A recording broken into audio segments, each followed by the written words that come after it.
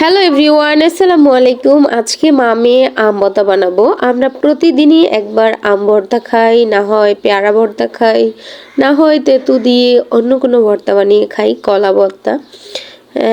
এটা তো গ্রাম না শহর, তাই আমরা কাঁচকলা দিয়ে ভর্তা বানিয়ে খাই, কিন্তু আইটা কলা পাই না। তবে আইটা কলা দিয়ে ভর্তা বানাইলে কিন্তু ভীষণ মজা হয়।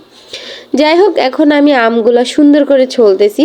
এই 3-4টা করে আম নিয়ে আমরা ভর্তা বানাই, কারণ বেশি একটা মানুষ নেই, আমি আমার মেয়ে অথবা আর 2-1 জনে খাই, তাই।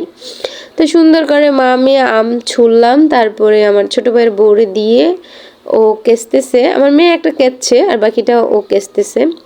আর এই দিক দিয়ে বসে বসে আমি আমগুলা একটু একটু করে খাচ্ছি, কারণ আমগুলা তেমন একটা টক না, মোটামুটি ভালো লাগতেছিল আমার কাছে। আর আমার টক খেতে ভীষণ পছন্দ, আমি অনেক বেশি টক খাই। দেখো, খেতে খেতে একদম মোটা হয়ে গেছি, আর আমার অবস্থা খুবই খারাপ। এখনো গোসল করিনি, আরো পরে গোসল করব। বুঝতেছি না কেন জানি না আমি খুব বেশি মোটা হয়ে যাচ্ছি, আর একদমই নিজের যত্ন নিতে ভালো লাগে না, খালি শুয়ে বসে কাটাতেই ভালো লাগে। যাই হোক, আমাদের আম কেঁচা কিন্তু অলরেডি কমপ্লিট হয়ে যাইতেছে, তো একটু একটু করে সে আম কেচতেছে, এদিকে আমি বসে বসে জাস্টটা দেখতেছি আর মেয়ে হাতাইতেছে। তারপরে আম কাঁচা কমপ্লিট হয়ে গেছে, তো কেচলে আম না যতটুকুই কেচে অল্প হয়ে যায়। তারপর নিয়ে নিলাম লবণ। তো মেয়ে শুকনা মরিচ খেতে পছন্দ করে না, কিন্তু আমি শুকনা মরিচ দিয়েই ভর্তা বানাইতে পছন্দ করি।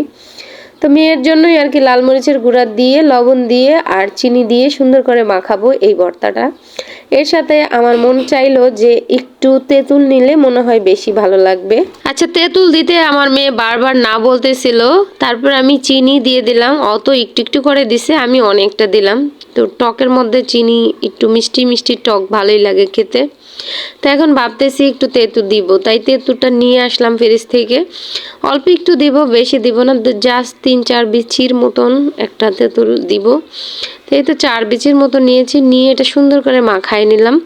এখন আম ভর্তার সাথে এটাকে মিক্স করে নিচ্ছি ডইলা ডইলা। বিশ্বাস করেন প্লিজ, আমি ভর্তাটা বানিয়েছিলাম দিনের বেলা, তো খেয়েই ফেলছি, কিন্তু এই বয়সটা আমি রাতের বেলা দিচ্ছিলাম, আর আমার এত বেশি ক্রেভিং হইতেছিল যে আবার খাই, মানে আমার লোল একদম আসতেছিল, মানে কি বলবো, সত্যি খুব ইচ্ছা করতেছিল যে আবার খাই। তো বিসমিল্লাহ করে মুখে দিচ্ছি, তো এদিকে খাচ্ছি আর খাচ্ছি, এত মজা পাচ্ছি। তোমাদের যদি খেতে ইচ্ছা করে চলে আসো, একদিন পার্টি করব আম ভর্তা।